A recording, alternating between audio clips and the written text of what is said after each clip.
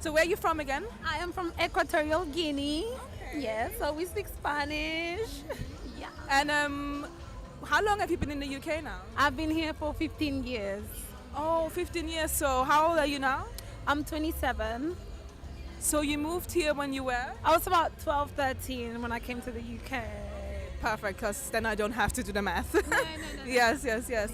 So how was the transition for you coming from Equatorial Guinea to the UK?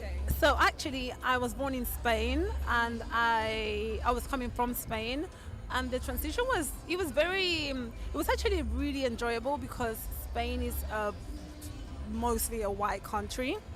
So being in a place where I was able to see people that looked like me was just amazing. It's exactly what I needed, especially at that age. Yeah, I really get that because I moved to London from Austria, which is also a very white and also quite racist country. So I also felt like coming here, even though I know people from here don't really see it like that. But when you come from actually Equatorial Guinea, oh, so we're living in Spain before. Yeah, exactly. So when you come from like a place like a white, very white place in like in Europe, it feels like when you come here, like black people are really thriving, even though like people here don't see it like that because they kind of like used to certain things. But for me, even a black man driving a bus was like, oh my god, like, you know, and black man driving nice car, or like black women doing like being lawyers, and I know being teachers, even literally something as simple as being able to be a teacher, a black teacher. To me, that was like, how is that even possible? You know, because even till this day, for a black person to actually find a job in Spain is very difficult. Like they tend to be cleaners. If anything, they work in like supermarkets and things like that. But it's quite hard to see them in like not even high positions, because they're not even high positions, but to what we consider to be high positions over there, that would be like, how, like you can't, like if you're black, you can't work in those places. Yes, exactly. And I was like, first I was so shocked and I was so like amazed by it. And like I said, I know people don't see it like that here, but when you come from a place like Spain or like me, Austria, it was just like amazing. I mean, we have a long way to go, but I think London, as in the culture here and how you can express your blackness and yourself as a black man or woman, is definitely a notch up from like the rest of Europe. 110%, yeah. It feels good because when you're in London, like the people that are from here, I feel like they don't really appreciate it.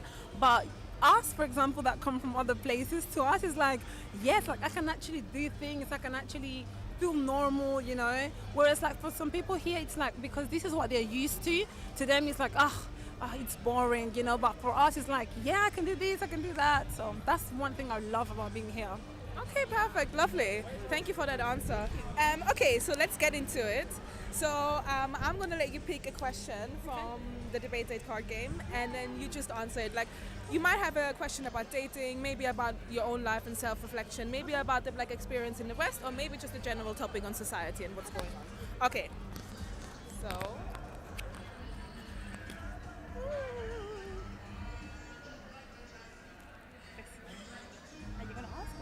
okay, yeah, that's it. You can read it and then you can answer it.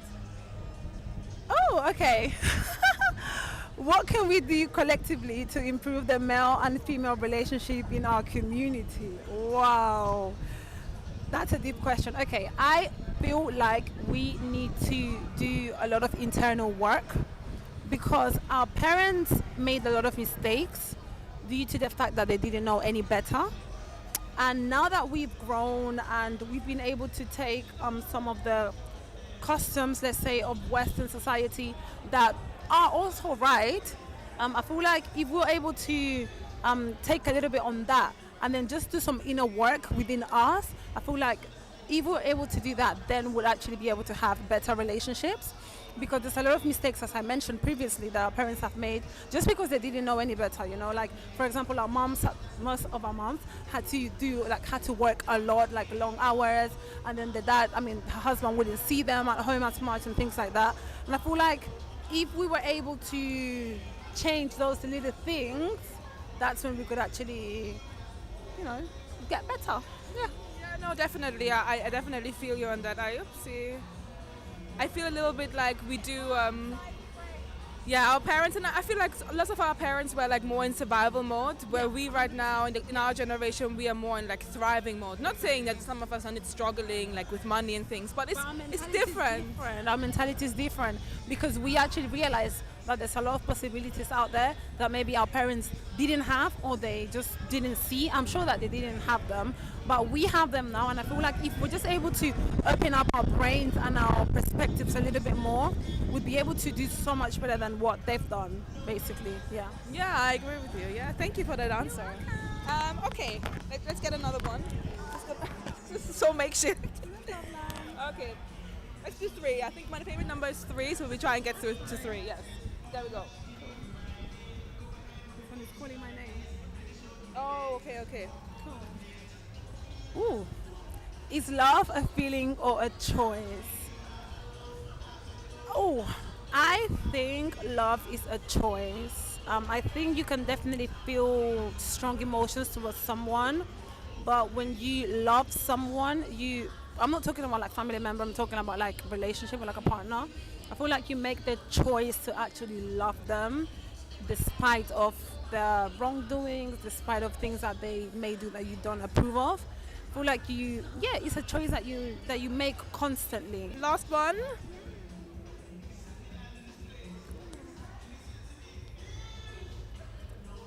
Yes. What is your opinion on introducing birth control to African countries? I feel like this is so needed, please. Especially because there are some African countries where parents just seem to just have kids all the time. And there's nothing wrong with having kids, but you need to be able to provide for them. And many of them are unable to provide for them. And due to that, many of those kids have to end up working as kids, which is really, to me, it's super wrong. Actually, I've had a very recent experience whereby I was back home in Equatorial Guinea and I met a 15-year-old Nigerian boy who wasn't going to school, and he was actually working at a shop Monday to Monday, 7 a.m. to 8 p.m. every single day. And upon talking to him, he explained to me that he's got about six brothers and sisters, and that his parents, because he's the oldest, his parents said that he needs to just go out there and work because they need help at home, hence why he's working. So I feel like if we were able to introduce birth control, we'll be able to end with these things that shouldn't be happening to kids, definitely. Yeah. No, I mean, it's a sensitive subject, and I mean, I remember I posted it before, and I was just in your opinion, I think it's not about forcing anybody, but it's about having the choice. And if women want to have the choice to, enjoy their sex life without risking to have babies that you maybe not be able to be providing for, then I think it should be an option. But lots of people are against it, and I just never understood it. But Why? because they feel like it's a level of like how is it, population control. But every country needs to be controlled, doesn't it? Because if you're just going to have so many people in society, but the parents of those, I'm talking about kids, because once you're an adult, okay, but we start off as kids, right? And parents need to be able to provide for their kids. Many of these women or many of these parents don't work. So if you don't work and you have 4, 5, 6 kids, how are you going to provide for them? Yes, and also like if you think about it, and all the Africans, like Africans in Africa, most of them they would fully agree with us. Yeah. But it's often the diasporans, the African Americans that are, or the people that's been growing up here that have like a very entitled opinion about it and feel like they know better what's better. But I just feel like and also many African countries don't have lots of like the best healthcare, don't have the best school system, so. I feel like in order to have a strong opinion about this, you need to have lived it or you need to have seen it. But if you're someone from abroad, you can be black, but if you haven't been in the situation, if you haven't actually seen it with your own eyes, you can't really talk. If that makes sense. You can't, because you really don't, like, no, you can't really talk. Because, no, but I'm saying this because I've seen this kid day in and day out working, and it saddens me, like, you're 15, why are you working? But he has no choice. Why? Because his parents chose to have him when they couldn't afford to have him. Yeah. I agree. Thank you so much. Okay. Thank you. Yes. Can I have your Instagram so I can message you everything before? Thank you.